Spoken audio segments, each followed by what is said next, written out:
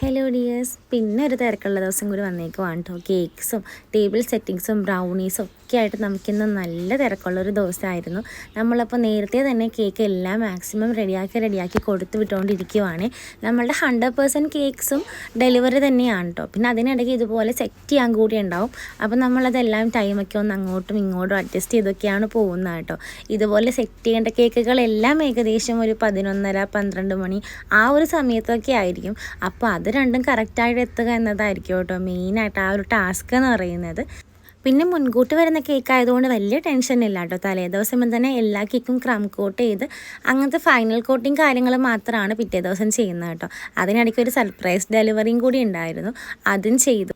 പിന്നെ ഈ കേക്ക്സിനൊപ്പം തന്നെ നമുക്ക് ബ്രൗണീസും കൊടുക്കാനുണ്ടായിരുന്നു കേട്ടോ. നല്ല യമ്മി ആയിട്ടുള്ള ബ്രൗണിയാണ് കേട്ടോ. ഇത് കുറച്ച് പ്രീമിയം റേഞ്ചിലുള്ളതാണ്.